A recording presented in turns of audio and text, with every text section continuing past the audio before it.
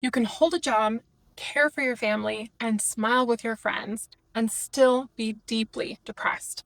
High-functioning depression doesn't look like the stereotypes, and for a lot of people, that makes it harder to spot, harder to treat, and easier to dismiss. Let's talk about what depression really looks like when you're still doing all the right things.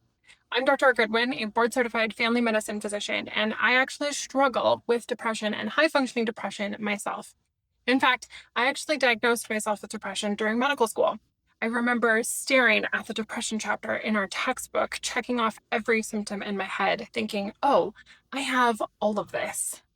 So today, I want to validate something that I see in patients all the time, and we live with too. It's depression that hides under achievement, that doesn't always feel like sadness, but can show up as numbness, brain fog, irritability, or just not caring about anything that you used to love.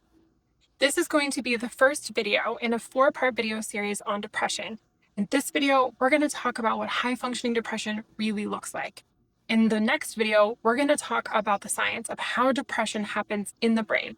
Then we'll talk about natural strategies for healing and medications for depression, the truth, the myths, and what you need to look out for. Let's start today with high-functioning depression. High-functioning depression isn't a clinical diagnosis. It can either be something that we used to call dysthymia, but now call persistent depression, or major depressive episodes.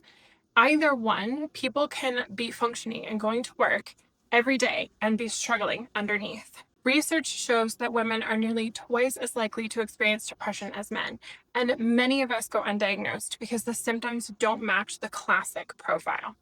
Instead of obvious sadness, it oftentimes looks like constant fatigue no matter how much sleep you get, an irritability that feels out of proportion to what's happening around you, a brain fog that makes remembering simple things or performing simple tasks feel overwhelming, disconnection in relationships, feeling numb or detached, and a loss of interest in hobbies or things that used to bring you pleasure. There's a persistent inner voice that can just say, why bother? Everything is hopeless. And we oftentimes feel guilty for feeling this way at all. There was a study published in the Journal of Affective Disorders that found that high-functioning individuals with depression often mask their symptoms and pretend that everything is fine to avoid the stigma around depression, which leads to delayed diagnosis and years before you get the treatment you need. You can be performing well, succeeding at work, and taking care of others, and still be quietly suffering. One of the most painful parts of high-functioning depression is how invisible it feels.